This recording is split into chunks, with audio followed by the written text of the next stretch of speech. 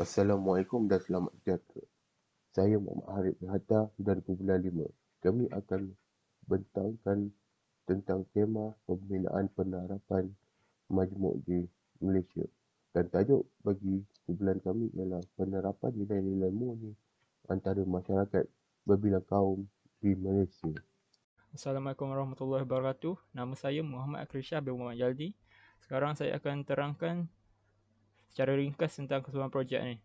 Objektif kami adalah untuk mengenal pasti peranan mahasiswa UTHM, tahap pengetahuan nilai-nilai murni mereka dan juga langkah-langkah yang boleh dilakukan untuk memperbaikkan lagi nilai-nilai murni yang ada tu. Kaedah kami menggunakan kaedah Google Form, diagihkan secara rambang, secara random kepada grup-grup WhatsApp dan juga Telegram. Okey, responden kami terdiri daripada 90 orang mahasiswa UTHM yang berlainan bangsa, agama dan juga jantina. Okey, yang kami dapat daripada projek ni, majoriti daripada responden mempunyai tahap pengetahuan yang baik dan juga mereka amalkan nilai murni yang baik tu. Namun ada segelintir yang menjawab ataupun kurang bersetuju terhadap beberapa soalan. Cadangan penambahbaikan. Bilangan responden yang agak sedikit, 90 orang dibandingkan dengan beribu-ribu daripada student UTM. Jadi kalau untuk ketepatan tu dia agak kurang. Jadi untuk lebih tepat, kalau kita boleh naikkan lagi bilangan responden tu.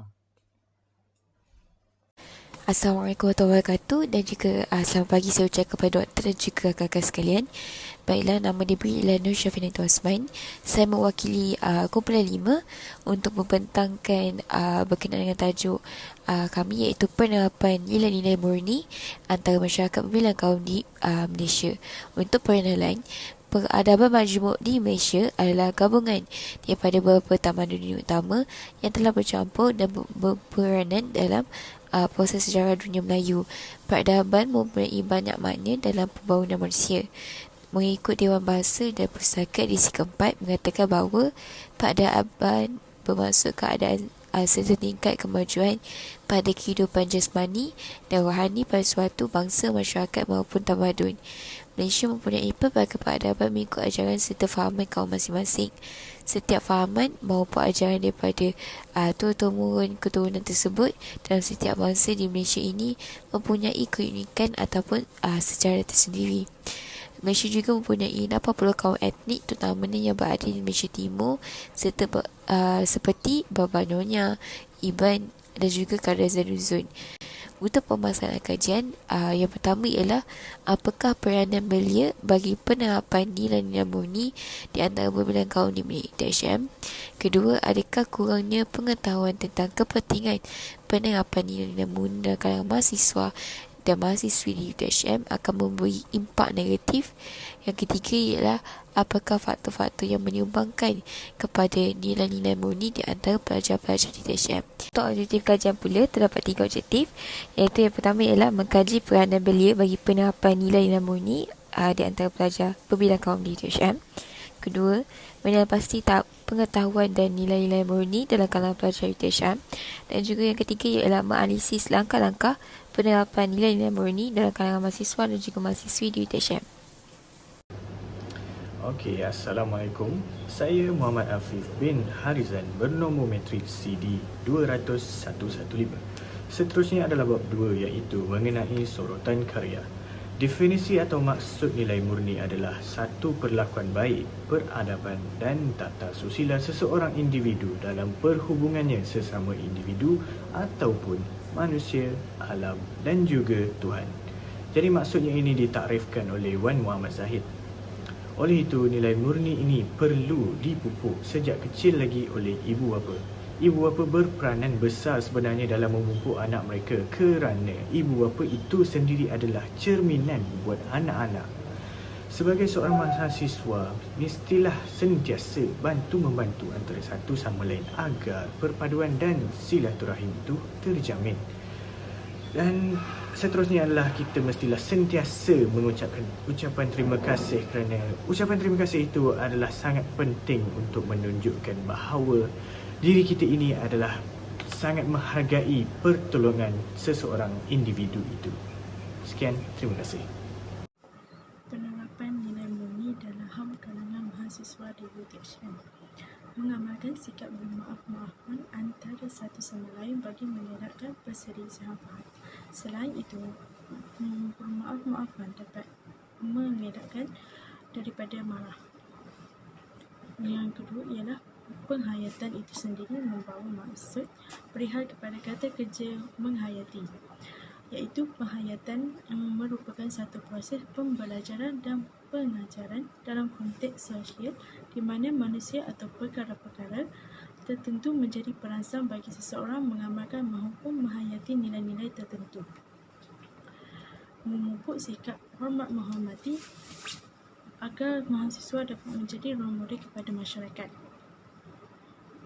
Semua pihak memainkan peranan yang penting dalam memupuk nilai murni dalam kalangan masyarakat. Penerapan nilai murni akan dipupuk melalui langkah yang efektif oleh semua pihak, iaitu ibu bapa, guru-guru maupun pihak kerajaan.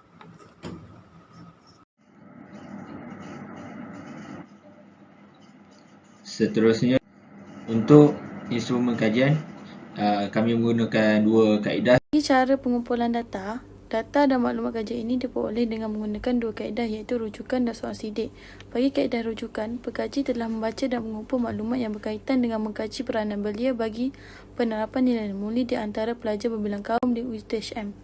Mengenal pasti tahap pengetahuan dan pengamalan nilai murni dalam kalangan pelajar UTHM. Menganalisis langkah-langkah penerapan nilai-nilai murni di antara mahasiswa dan mahasiswi di UTHM.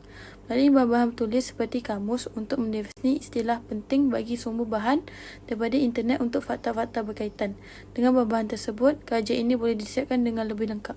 Bagi kaedah soalan selidik, borang soalan selidik yang sesuai telah disediakan oleh pekaji adalah untuk memperolehi dan mengumpul maklumat yang sah dan betul berdasarkan objektif kajian yang telah ditetapkan. Borang soalan selidik ini dihebahkan secara rawat kepada mahasiswa dan mahasiswi UTHM yang merupakan skop kajian ini melalui media sosial seperti WhatsApp. Borang ini terdiri pada 4 bahagian. Bahagian pertama adalah mengenai latar belakang responden, manakala bahagian 2 adalah mengkaji peranan belia bagi penerapan nilai murni di antara pelajar berbilang kaum di UTHM. Bahagian 3 pula adalah mengenal pasti tahap pengetahuan dan pengamalan nilai murni dalam kalangan pelajar UTHM. Manakala bahagian 4 adalah tentang analisis langkah-langkah penerapan nilai murni di antara mahasiswa dan mahasiswi di UTHM. Borang soal sidik ini telah menggunakan skala Goodmark untuk bahagian 2, iaitu betul dan salah. Bagi bahagian 3 dan 4, skala Likert 4 aras telah digunakan, iaitu sangat tidak setuju, tidak setuju, setuju dan sangat setuju. Cara analisis data. Pada peringkat akhir kajian ini, analisis secara deskriptif telah digunakan untuk menganalisis data daripada borang soal sidik untuk menghasilkan laporan kajian. Data yang telah diperoleh daripada analisis ini dikira dengan menggunakan kekerapan dan peratusan. Bentuk jadual, cartapai dan graf digunakan untuk mempersembahkan data yang diperoleh dan dikumpulkan.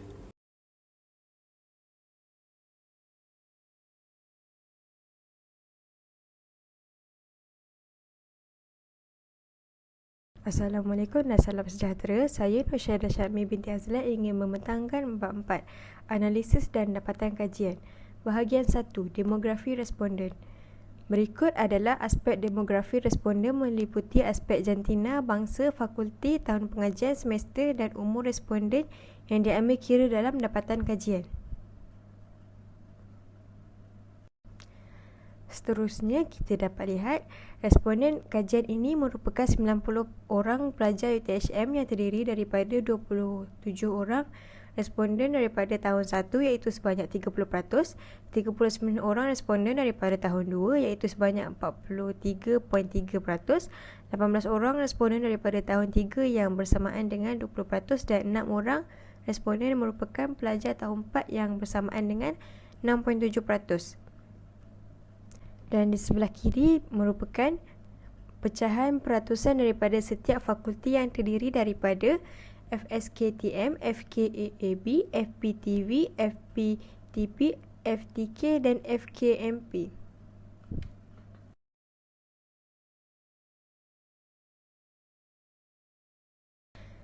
Seterusnya, untuk bahagian 2 mengkaji peranan belia bagi penerapan nilai-nilai murni di antara pelajar bermilang kaum di UTHM.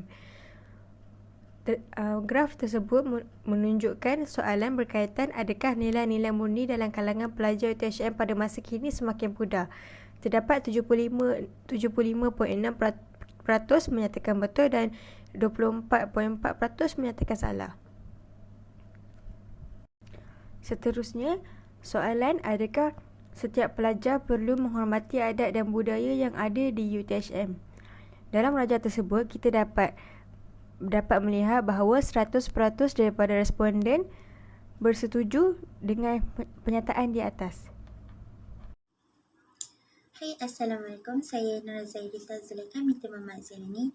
Okey, seterusnya saya ingin membentangkan tentang soalan bahagian 3 iaitu mengenal pasti tahap pengetahuan dan pengamalan nilai-nilai murni dalam kalangan pelajar di UTHM. Berdasarkan rajah di atas, terdapat 90 orang responden daripada kajian ini. Terdapat juga 8 orang responden sangat tidak bersetuju iaitu sebanyak 9%. Manakala 11 orang tidak bersetuju iaitu sebanyak 20% dengan kenyataan di atas. Manakala 29 orang setuju sebanyak 32% dan 42 orang sangat bersetuju iaitu 47% bahawa kemakmuran pada masa akan datang bergantung sepenuhnya ke atas golongan belia pada masa kini.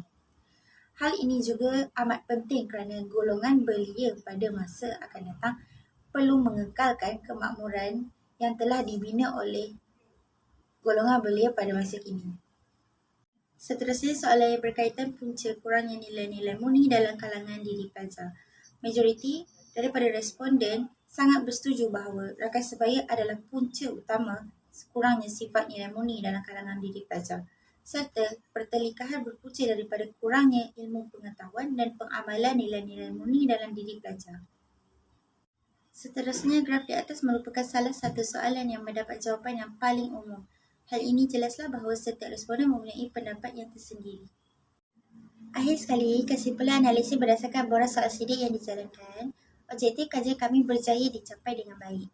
Selain itu, kami juga dapat menyimpulkan bahawa kebanyakan responden mempunyai kesedaran betapa pentingnya nilai-nilai murni dalam diri dan kehidupan seseorang individu pada masa kini.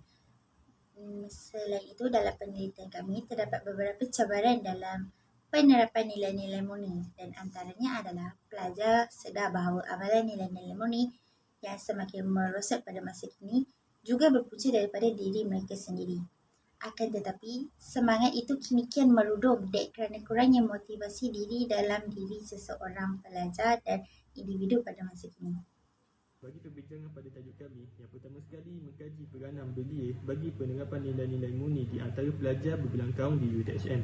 Yang kedua, mengenal pasti tahap pengetahuan dan pengamalan nilai-nilai murni dalam kalangan pelajar UTHM. Yang ketiga, mengenali langkah-langkah penerapan nilai-nilai murni di antara mahasiswa dan mahasiswi berbilang kaum di UTHM. Kesimpulannya, penerapan nilai-nilai murni di antara masyarakat berbilang kaum di Malaysia boleh diiktirafkan sebagai jalinan erat atau kerjasama antara kaum dan selompok dalam melakukan hal-hal yang besar maupun kecil. Antara yang dapat dilihat pada hari ini adalah detik-detik ketika memberi bantuan semasa berlakunya bencana banjir besar di Selangor baru-baru ini. Masyarakat tidak mengira bangsa atau kaum yang datang dari seluruh negeri untuk memberi bantuan dari segi makanan, keperluan harian, membersihkan kawasan bandar, perumahan, masjid dan lain-lain tempat.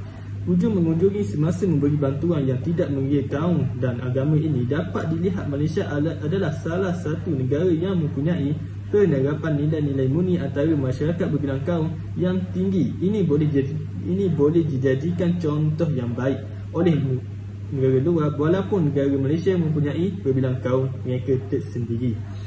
Oleh itu, kita sebagai pelajar UTHM maupun orang awam harus membina penerapan nilai-nilai murni antara masyarakat berbilang kaum di Malaysia ini agar generasi akan datang dapat mengamalkan nilai-nilai murni ini sebagai rutin harian mereka.